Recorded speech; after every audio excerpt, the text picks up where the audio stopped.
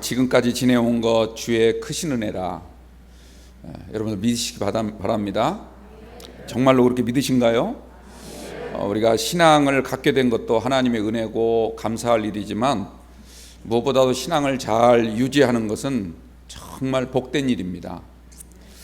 우리 연로하신 우리 권사님들, 또 우리 장로님들, 또 우리 집사님들, 성도님들, 지금까지 신앙생활을 하면서 숱한 어려움도 있었을 테고요. 또 여러 가지 갈등과 또 시험과 여러 가지 고민들이 있었을 테지만, 그런데도 그 모든 것들을 잘 이기시고 오늘까지 오신 것 하나님의 은혜이신 줄로 믿습니다. 앞으로도 건강하게 주님을 위해서 더 열심히 맡은 바 사명을 잘 감당해 주실 줄로 믿습니다. 할렐루야. 다니엘은요, 아주 어린 나이에 포로로 끌려와서 오늘 6장을 우리가 읽었는데, 이때는 나이가 거의 90에 가까운 그런 연로한 노인이었습니다.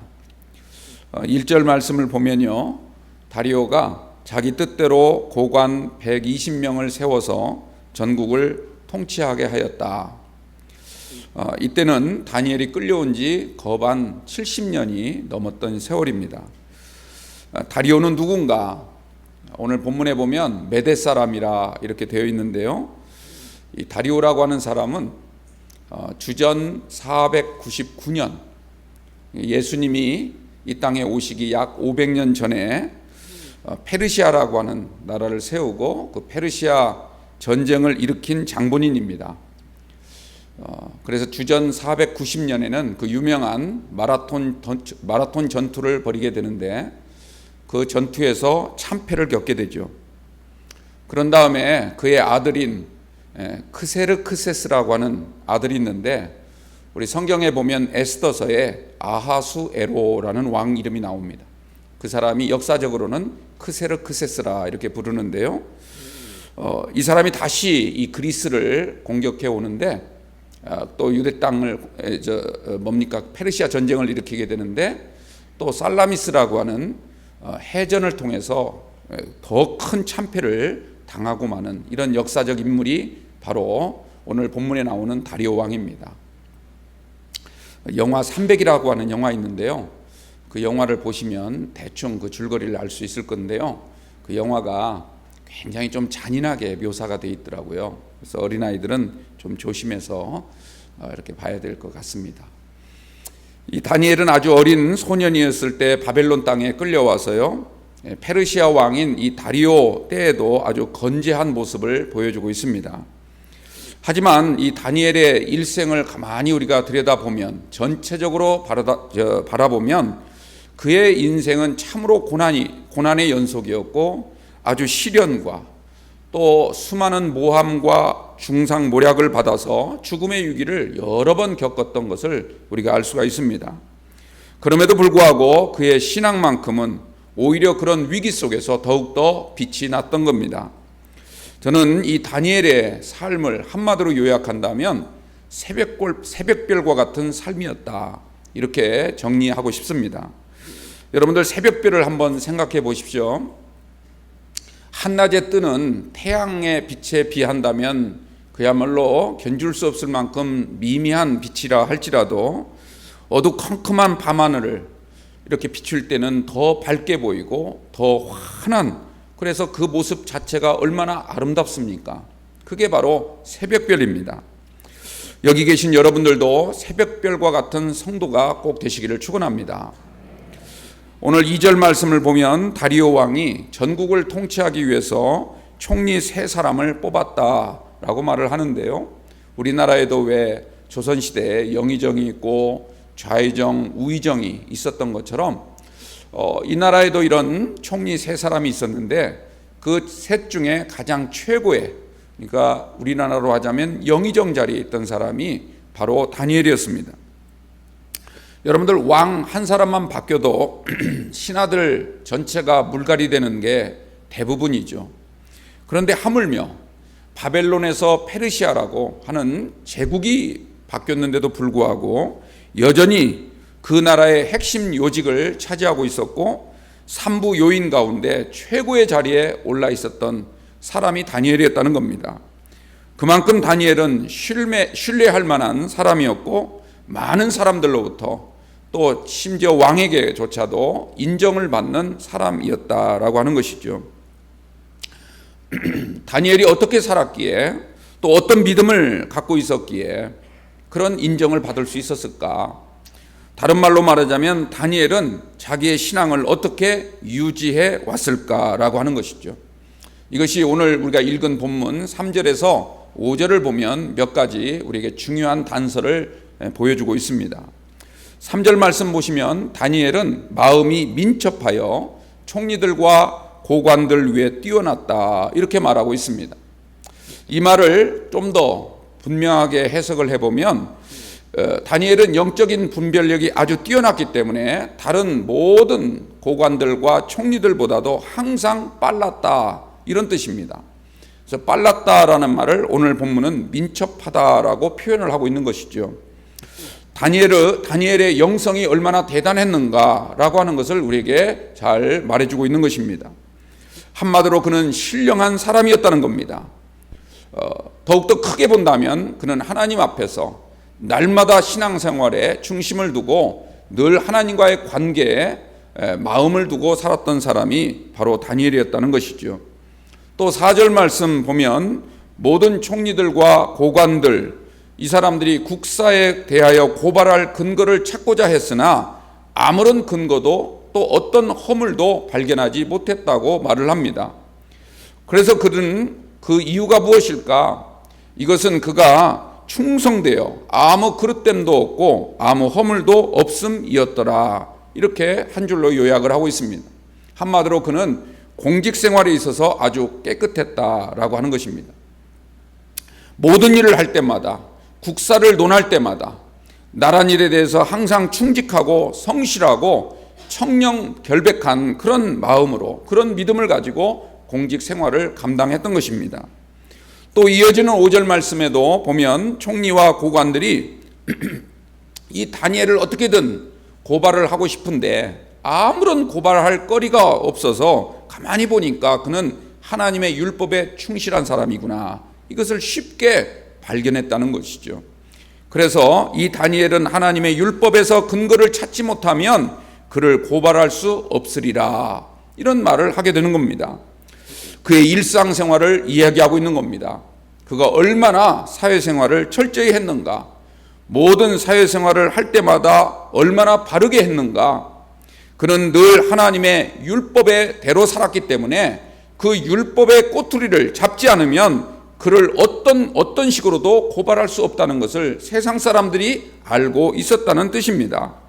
여러분들, 우리가 세상을 살아갈 때도 항상 하나님의 율법에 근거해서 삶을 사는 여러분들이 되셔서 여러분들 주변에서 여러분들을 보실 때마다 야, 저분은 정말 믿음으로 사는 분이야, 정말 하나님의 율법의 길로 걸어가는 분이야 라고 하는 인정을 받을 만한 성도가 꼭 되시기를 축원합니다. 결국 총리들과 고관들은요, 자기들끼리 서로 음모를 벌여서 이 다니엘을 어떻게든지 모함하고 중상모략을 일삼으려고 지금 이 다니엘을 음모하고 있는 중이죠. 그들은 왕에게 찾아갔습니다. 그러면서 뭐라고 말합니까? 앞으로 30일 동안 왕 외에 어떤 신에게도 기도하지 못하도록, 오늘 우리식으로 얘기하자면 예배를 드리지 못하게 합시다. 이런 취지의 건의를 한 겁니다. 어떻게 보면 굉장히 왕을 위한 척, 그리고 자신들만이 충신인 척, 나라를 위하는 일인 척 하지만 사실 그들은 간신배 중에 간신배였던 것이죠. 여러분들, 오늘 우리가 살아가고 있는 이 세상을 한번 잘 영적으로 들여다보십시오.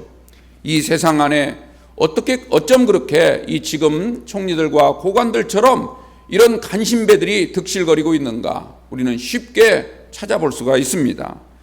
마치 이 나라를 위한 척, 그리고 국민들을 위하는 척, 또 심지어는 교회를 위하는 척 하면서도 교회를 비난하고, 또 하나님을 두려워하는 척 하면서도 교회를 탄압하는 이런 일들이 얼마나 빈번하게 일어나고 있습니까?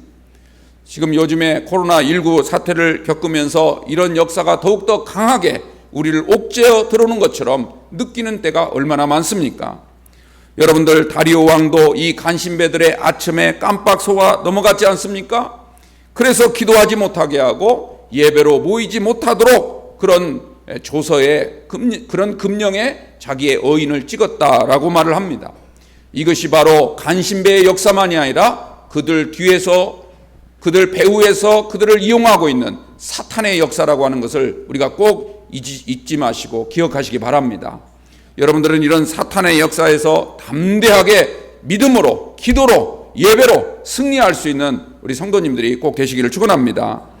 여러분들 믿음의 사람은 우리가 이런 어려움에 당하면 당할수록, 위기를 겪으면 겪을수록 하나님을 더 의지해야 됩니다. 그래야 새벽별과 같이 빛나는 성도가 되는 것입니다. 칠흑같이 어두운 밤하늘을 신비한 빛으로 수놓는 그런 아름다운 믿음의 성도가 되시길 바랍니다. 점점 갈수록 어두워져가는 이 세상을 말씀과 기도의 빛으로 환히 밝힘으로써 길을 잃고 헤매고 있는 수많은 인생들도 여러분들 하나님 품으로 인도할 수 있는 안내자들이 바로 여러분들 되시기를 바랍니다. 그 비밀이 어디 있을까? 저는 오늘 10절 말씀을 여러분들에게 잘 읽어보도록 권유하고 싶습니다. 다니엘이 어떻게 기도했는가? 이 다니엘의 기도에 대해서 10절 한 절이 아주 짤막하게 소개하고 있는데요. 이 다니엘이 무엇을 기도했는가? 기도의 내용에 대해서는 말하고 있지 않죠. 기도의 내용은 나중에 9장에 보면 나옵니다. 그래서 다음 말고 다음 주 우리가 다니엘 9장을 함께 나눌 때, 야, 다니엘이 기도가 이런 기도를 했구나. 아마 여러분들 깜짝 놀라실 거예요. 우리의 기도와 한번 비교해 보시기 바랍니다. 다니엘이 어떤 기도를 했는가? 오늘 10절 말씀은 다니엘이 기도한 내용에 대해서는 소개하지 않고요. 다만 다니엘이 어떤 믿음을 가지고 어떤 태도로 하나님 앞에 기도했는가, 이것을 잘 보여주고 있습니다. 다니엘이 하나님께 기도했던 이 10절 말씀을 잘 한번 읽어보십시오. 첫째는요, 왕의 조서에 도장이 찍힌 것을 알고도 그는 하나님 앞에 기도했다라고 말하고 있습니다. 즉 대적들이 파놓은 함정인 것을 뻔히 알면서도, 그리고 왕이 한번 도장을 찍으면 왕조차도 어쩔 수 없다는 사실을 다 알고도 그는 하나님께 기도했다는 겁니다. 여러분들, 이것은 무엇을 말하고 있습니까? 하나님의 말씀, 하나님의 명령, 하나님이 우리에게 주신 약속, 이것을 확신하는 믿음을 가지고 있었다, 이런 뜻 아니겠습니까? 세상 권력을 무서워하지 않고 오히려 그럴수록 우리가 하나님 앞에 나아가는 용기 있는 믿음, 오늘 이 시대에 우리에게 필요한 믿음이고 하나님이 우리에게 요구하는 믿음인 줄 기억하시기 바랍니다. 또 여러분들, 사도 요한의 제자 가운데요, 그 서머나 교회를 지도했던 폴리캅이라고 하는 유명한 교부가 있습니다. 이 폴리캅은 황제 숭배를 거부했다는 이유로 화형에 처해질 위기에 놓이게 되었는데, 이 평소에 이 폴리캅을 워낙 존경했던 집정관이 한 사람이 있었는데, 이 사람이 폴리캅 화형당하기 전날 감옥에 찾아와서 이렇게 권유하는 겁니다. 폴리캅 선생님, 딱 한 번만, 그냥 모른 척하고 딱 한 번만 주님을 부인하십시오. 그리고 황제를 섬기겠다고 그냥 거짓말이라도 한마디 해주십시오. 그러고 나서 당신 풀려나게 되면 그때 가서 또 예수 잘 믿으면 될 거 아닙니까? 이렇게 회유하기 시작했습니다. 그럼에도 불구하고 폴리캅은 뭐라고 대답을 했습니까? 내 나이 지금 86세인데 내가 86년 동안 주님을 섬겨왔음에도 이제까지 주님은 한 번도 나를 모른다, 나를 부인하지 않았는데 내가 지금 어떻게 주님을 부인할 수 있습니까? 내가 어떻게 주님을 모른 척할 수 있습니까? 담대히 그는 말하면서 그 다음날 화형을 당해서 순교를 당했습니다. 여러분들, 사도 바울은 사도행전 20장 23절 24절 말씀에서 오직 성령이 내게 증언하기를 거기서 환난과 결박이 나를 기다린다 하시나 내가 달려갈 길과 주 예수께 받은 사명 곧 하나님의 은혜의 복음을 증언하는 일을 마치려 하면은 나의 생명조차 조금도 귀한 것으로 여기지 아니하노라, 이렇게 선언을 했습니다. 그리고 그는 예루살렘을 향하여 갔던 것입니다. 예루살렘에 가면 뻔히 자기가 붙잡히게 되고 많은 핍박을 겪게 되고 그리고 심지어 순교를 당할지도 모르는 그런 위태로운 상황임을 뻔히 알면서도 그는 주의 복음을 위해서, 교회를 위해서 세상 유업보다 하나님의 말씀을 더 확신하는 믿음을 가지고 그는 그의 달려갈 길을 달려갔다고 그렇게 고백하고 있습니다. 여러분들, 우리의 삶 가운데도 이런 고백이 함께 하시기를 축원합니다.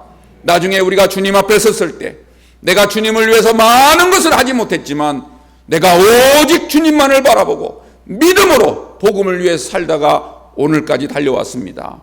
이 고백 한마디가 주님을 감동케 하고 여러분들이 정말 영생을 얻는데 놀라운 은혜의 그런 물꼬를 열게 될 줄로 믿습니다. 또한 여러분들, 다니엘의 기도를 보십시오. 자기 집에 돌아가서 예루살렘을 향하여 기도했다. 그것도 창문을 활짝 열어 제치고서 기도했다는 것이죠. 이것은 무엇을 말합니까? 그의 기도는 항상 하나님 중심이었고 성전 중심이었고 말씀 중심이었다, 이런 뜻입니다. 여러분들, 중요한 것은요, 이 당시에, 이 다니엘이 기도하던 이 당시에 예루살렘 성전이 있었습니까? 없었습니다. 이미 예루살렘은 다 폐허가 됐고 하나님의 성전은 다 무너져 내린 상태였습니다. 그런데도 그는 예루살렘을 향하여 기도했다고 말하고 있습니다. 성전은 무너졌지만, 그러나 성전도 중요하지만 그 성전의 주인이신 하나님은 여전히 살아계시고 그 하나님은 여전히 우리의 하나님이라는 사실을 믿었기에 이런 기도가 나오게 된 줄로 믿습니다. 하나님은 성전을 소중히 여기시지만, 그러나 성전 안에만 계신 분이 아니라, 성전 안에 갇혀 계신 분이 아니라 하나님은 여전히 성전 위에서 저 지극히 높은 하늘에서 모든 우주를 하나님이 통치하시고 이 땅의 모든 역사를 주관하고 있다는 이 사실을 믿고 그 믿음으로 하나님께 기도한 줄로 믿습니다. 비록 지금 가나안 땅에 우리가 살고 있지만 이 가나안 땅에도 하나님은 여전히 계시고, 페르시아 시대로 제국이 넘어갔지만 페르시아도 주님이 주관하시는 위대하신 전능하신 하나님이라는 사실을 믿고 그 하나님 앞에 기도했다는 것이죠. 여러분들, 중요한 것은요, 우리 안에 이런 믿음이 회복되어야 될 줄로 믿습니다. 이 믿음이 우리 가운데 회복되어야 우리의 가정도 살고 교회도 살고 이 사회도 살고 나라도 살고 세계가 살아나는 줄로 믿습니다. 창문을 열어놓고 기도했다는 거예요. 여러분들, 누구에게 보이기 위해서 그렇게 했겠습니까? 천만에죠. 오히려 반대죠. 누가 보았다가는 지금 자기 목숨이 위태로울 수밖에 없는 그런 상황 속에서 그럼에도 불구하고 그는 창문을 열어놓고 기도했다는 것이죠. 왜 그랬을까요? 왜 그랬을까요? 비록 육신을 위협하는 세상 권력보다도 우리의 영혼까지 죽일 수 있는 하나님을 더 두려워했기 때문에, 하나님을 더 의지했기 때문에 그는 창문을 열어놓고 당당하게 하나님 앞에 기도한 줄로 믿습니다. 또 이어지는 말씀을 보십시오. 그 내용을 보면 전에 행하던 대로 하루에 3번씩 무릎을 꿇고 하나님 앞에 기도했다고 말하고 있습니다. 전에 하던 대로, 그러니까 평상시에도 늘 빠짐없이 기도했다는 것이죠. 어려울 때만 기도한 게 아니라 그는 평안할 때도, 잘 나갈 때도, 높은 지위를 차지했을 때도 쉬지 않고 행했던 것은 오직 기도였다는 겁니다. 정기적으로, 규칙적으로, 그리고 소신 있게 변함없이 얼마나 오랫동안 했습니까? 아주 어린 때부터 지금까지 한 번도 빠짐없이 그는 하나님 앞에서 기도하는 생활을 쉬지 않았다는 얘기입니다. 한마디로 얘기하면 이 기도는요, 근력 있는 기도입니다. 우리가 운동을 많이 하면 육신에 근력이 생기지 않습니까? 여러분들, 기도에도 근력이 있어요. 기도의 근력이 생기도록 기도의 종들이 되시길 바랍니다. 인내하면서 기도했다는 거예요. 쉬지 않고 기도했다는 거예요. 기도할 때마다 이 기도가 주님과 소통해야 된다는 그런 믿음을 가지고 주님과 교제하며 기도했다는 거예요. 이런 기도가 하나님이 받으시는 기도인 줄로 믿습니다. 그것도 하루에 3번씩. 하루에 3번씩이란 말은 그냥 기도하러 나왔단 말이 아니라 모든 삶의 중심에 기도가 있었다는 겁니다. 무슨 일을 하든 기도로부터 시작한다는 거죠. 새벽에 나와서 기도하고 하루를 시작하고, 점심때 나와서 기도함으로 다시 한번 우리의 삶을 점검하고, 저녁 때 또 자기 전에 기도함으로 우리의 하루를 성찰하는 이런 기도 생활을 끊임없이 행했다는 겁니다. 다시 말하자면 내 삶의 모든 것은 기도에 달려 있습니다. 이 사실을 믿고 주님 앞에 기도한 것이죠. 또 무릎을 꿇었다고 말합니다. 그것은 겸손함의 표시기도 하지만 무엇보다도 주님 말씀하옵소서. 나는 주님의 종입니다. 나의 모든 생각과 나의 경험과 나의 주장과 나의 모든 고집은 주님 앞에 무릎을 꿇습니다. 나는 주님 앞에 항복한 인생입니다. 그러므로 주님 말씀하옵소서. 내가 주의 말씀대로 따르겠나이다. 이런 믿음의 표현이 무릎을 꿇는 것입니다. 여러분들 이런 믿음으로 우리가 기도하면 하나님께서 여러분들에게 능력을 주시고 무엇보다도 우리가 지은 죄가 아무리 주홍 같을지라도 완전하게 깨끗하게 고쳐주실 줄로 믿습니다. 세상에 나아가서 당당하게 삶을 살아갈 수 있도록 새벽별 같은 빛을 바라며 살아갈 수 있는 여러분들로 삼아주실 줄로 믿습니다.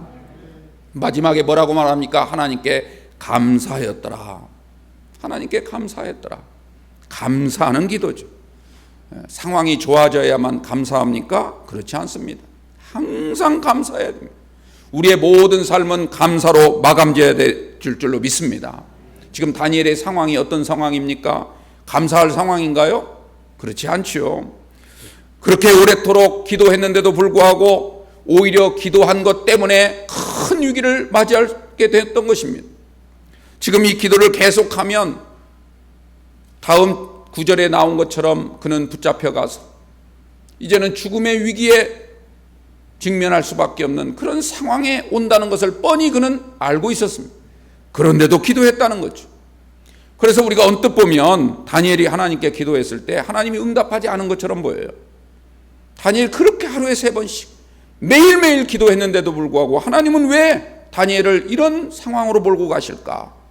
이것은 하나님이 다니엘의 기도를 듣지 않았기 때문이다. 이렇게 오해할 수가 있습니다. 천만에 그렇지 않습니다. 나중에 아까 말씀드린 것처럼 다니엘 9장을 보면 다니엘이 기도한 내용이 나와 있는데 아마 깜짝 놀라실 거예요. 요즘에는 깜짝 놀란단 말을 제가 해도 하도 안 놀라가지고 제가 자꾸 깜짝 놀란단 말을 하는 제 자신이 놀랍니다. 어떤 때는. 뭐라고 해야 깜짝 놀랄까? 다니엘은요, 이 기도를 통해서 당장은 죽음의 위기에 지금 놓이게 되었지만 그러나 그 위기도 승리하게 되었고요. 심지어 자신을 모함하던 많은 간신배들을 일거에 제거하는 그런 놀라운 결과를 가져오게 하였습니다.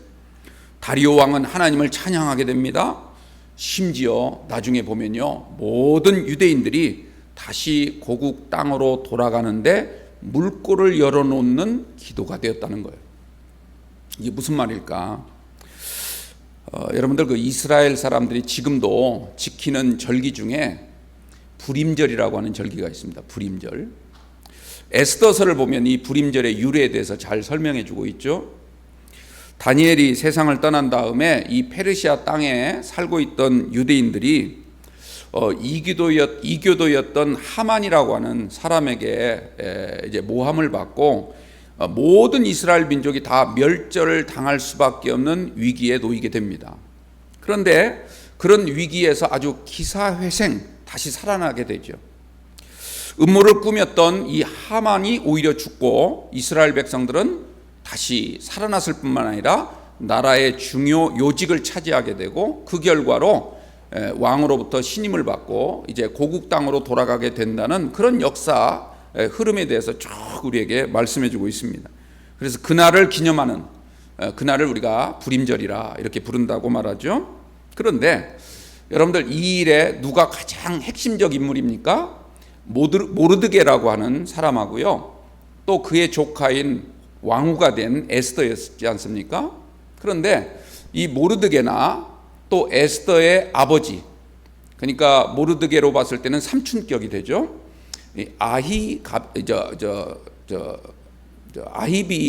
아비하일이라고 하는 그 사람이 있는데 이 모르드게나 아비하일이나 둘 다 이 다니엘의 제자였다는 겁니다. 다니엘의 제자. 다니엘이 얼마나 믿음으로 그 믿음으로 살면서 그 믿음을 이들에게 가르치고 하나님을 이렇게 의지해야 된다. 우리가 비록 타국 땅에서 포로로 끌려와 살아가고 있지만 그러나 우리는 전능하신 하나님을 바라봐야 되고 믿음으로 기도해야 되고 말씀을 우리가 알아야 되고 말씀대로 순종해야 된다. 이걸 끊임없이 그들에게 가르쳤는데 그 다니엘의 믿음의 영향을 받은 모르드게와 또 에스더와 또 에스더의 아버지였던 아비하일이 다 그 다니엘의 신앙을 본받아서 그 어려운 위기를 잘 극복해냈다는 것입니다. 다니엘 한 사람이 자기 개인도 살렸을 뿐 아니라 가정도 살리고 심지어는 나라도 살리고 민족도 살리고 시대도 살리는 이런 놀라운 은혜의 주인공이 된 줄로 믿습니다. 여러분들, 우리가 지금 겉으로 볼 때는 아무 힘도 없는 것 같지만 여러분들이 가지고 있는 그 믿음 하나로 세상을 변화시킬 수 있고 세계를 뒤바꿀 수 있다는 그런 확신을 꼭 갖게 되기를 주님의 이름으로 축원합니다.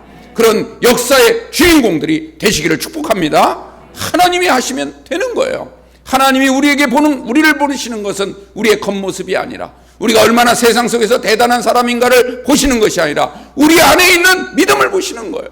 이 어려운 지경에 하나님께 기도하고 하나님을 더욱더 부르짖어 찾는 자가 누구인가? 그것을 보시고 하나님이 우리를 통하여 이런 역사를 이끌어 가실 줄 믿으시기 바랍니다. 오늘 말씀을 통해서 우리가 몇 가지 하나님의 음성, 영적인 메시지를 듣게 되시기를 바랍니다. 그 첫째는 뭐냐면 세상은요 가만히 있는 것 같지만 이 믿음의 사람들을 항상 노려보고 있다는 것입니다. 우리가 왜 염탐한다고 하죠? 염탐, 몰래 숨어가지고 엿보는 거. 세상 사람들은 항상 교회를 그리고 믿음의 성도들을 염탐하고 있는 것입니다. 우리가 믿음대로 살지 않는다면 단지 우리만 비방하는 것이 아니에요. 하나님의 이름을 욕되게 하고 하나님의 영광을 가리는 겁니다. 교회를 마치 필요 없는 집단인 것처럼 매도하거나 온갖 욕설을 퍼붓고 폄하하기에 일쑤입니다. 자기들이 더 의로운 척 하려고 하는 것이죠. 반대로 우리가 믿음대로 살아가면 교회를 칭송할까요? 그렇지 않습니다. 헛된 철학과 세상 학문으로 교회를 공격합니다. 그리고 이 땅의 것으로 자꾸 우리를 꼬입니다. 우리를 유혹하는 거예요. 그래서 같이 넘어지자는 것이죠. 우리가 잘 되면 잘 될수록 높은 자리에 올라가면 올라갈수록 어떻게든 끌어내리려고 온갖 수작을 벌이는 것이 바로 세상이라고 하는 것을 꼭 기억하시기 바랍니다. 우리가 비록 세상 속에 살기는 하지만 그러나 우리는 우리의 마음, 우리의 믿음만큼은 하늘을 향해야 되는 이유가 바로 여기에 있다는 것입니다. 여러분들 늘 우리가 하늘을 바라보고 믿음으로 사는 성도가 되시기를 바랍니다. 우리 믿음의 그리스도인들은 세상을 따라가거나 세상 것에 흔들려서는 안 되는 것입니다. 오히려 다니엘처럼 우리가 영성생활, 공직생활, 사회생활, 모든 일상생활에서 하나님과 함께할 수 있도록 날마다 정직하고 진실하게 최선을 다하여 또 세상 모든 사람보다도 오히려 더 성실하게 삶을 살아야 되는 겁니다. 무엇보다도 하나님의 말씀에 기초해서 늘 사랑하고 더욱더 기도를 뜨겁게 하며 살아간다면 하나님이 여러분들을 도우시고 성령께서 여러분들 안에 내주하시며 여러분들에게 지혜를 주시고 행할 길을 그리고 마땅히 할 일을 가르쳐 주실 줄로 믿습니다. 이 은혜를 꼭 체험하시게 되기를 주님의 이름으로 축원합니다. 또 하나요, 여러분들 하나님의 약속을 믿고 우리가 하나님을 바라보시길 바랍니다. 어려운 시대일수록 주님을 바라봐야 되는 거예요.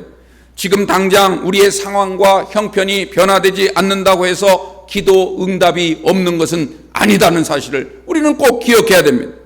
하나님은 놀라운 방식으로 반드시 응답하여 주실 줄로 믿습니다. 우리가 기도해 놓고도 이게 이루어졌네? 우리 스스로 깜짝 놀랄 정도로 하나님은 놀랍게 응답하시는 분이다. 이걸 꼭 기억하세요. 그 사도행전 12장 말씀을 보면요, 이 베드로가 복음을 전하다가 감옥에 갇히지 않습니까?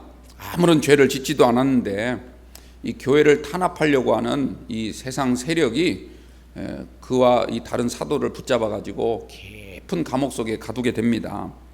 꼼짝도 못하게. 그러니까 교회가 어떻게 하겠어요? 이 베드로를 위해서 막 기도하는 거죠. 하나님, 우리 베드로 선생님 빨리 풀려나게 해주세요. 이 교회가 다시 한번 활력을 얻으려면 베드로 선생님이 있어야 되는데 하나님 도와주옵소서 간절히 기도했습니다. 그런데 하나님이요, 그 기도를 들으셨는지 옥문을 열어주신 거예요. 지키던 간수를 깊은 잠을 들게 하고, 그래서 베드로가 풀려나게 됩니다. 교회로 다시 돌아왔겠죠.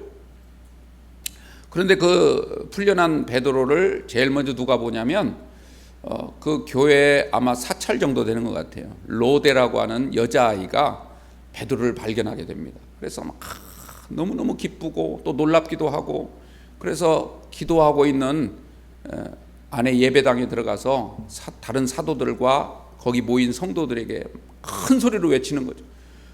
하나님이 우리의 기도를 들어주셨어요. 저 베드로 선생님이 지금 풀려나서 우리 문 앞에 와 계십니다. 지금 교회 앞에 와 계십니다. 했더니 그 안에 기도하던 사람들이 이 로데 여자아이의 말을 듣고 뭐라고 한 줄 아세요? 너 미쳤냐? 그런 거예요. 성경대로 내가 말씀을 드린 거예요. 너 미쳤니? 지금 베드로가 저 깊은 감옥 속에 갇혀 있는데 어떻게 풀려난단 말이야? 하고 고지 듣지 않았습니다.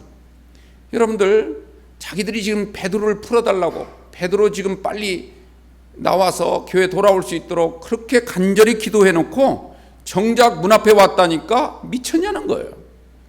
여러분들, 이 정도로 하나님이 신속하게 응답해 주실 줄로 믿습니다. 우리가 기도해놓고 우리가 뭘 기도했는지조차도 모르는데 하나님은 우리의 기도를 들으시고 우리 가운데 응답 주시는, 미칠 정도로 응답 주시는 이 은혜를 여러분들 꼭 체험하시기를 축원합니다. 마지막으로요, 여러분들, 우리의 믿음, 이 땅에 우리가 살아갈 때 우리가 하루하루 경건한 모습으로 살아가는 우리의 모습들이 반드시 누군가에게는 좋은 영향을 끼친다는 사실을 믿으시기 바랍니다. 나를 바라보고 있는 사람들이 있다는 거죠. 나를 통해서 무언가를 영향받는 사람이 있다는 것이죠.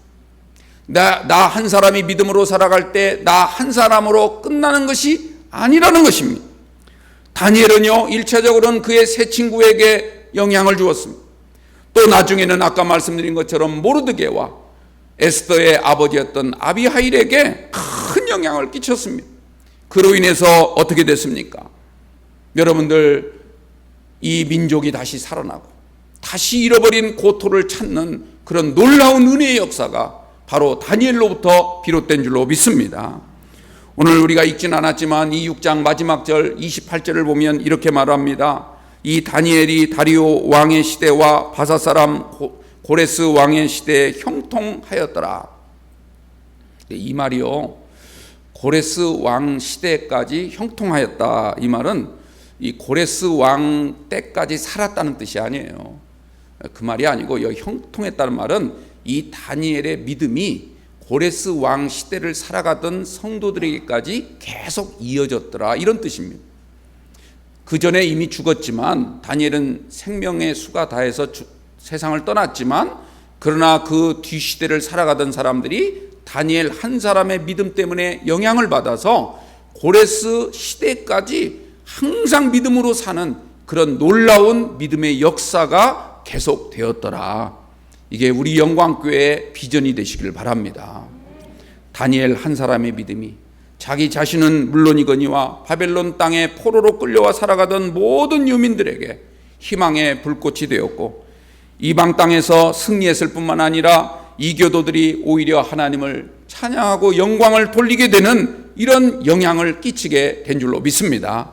결국 이 일로 인해서요, 이방 땅에서 종살이하던 이스라엘 백성들이 다시 고국에 돌아오게 되었고, 그러니까 다니엘은 어떤 면에 보면 제2의 모세가 된 것이죠. 사랑하는 성도 여러분, 하나님은 지금도 우리 가운데서 제3, 제4, 제5의 모세를 찾고 계신 줄로 믿습니다.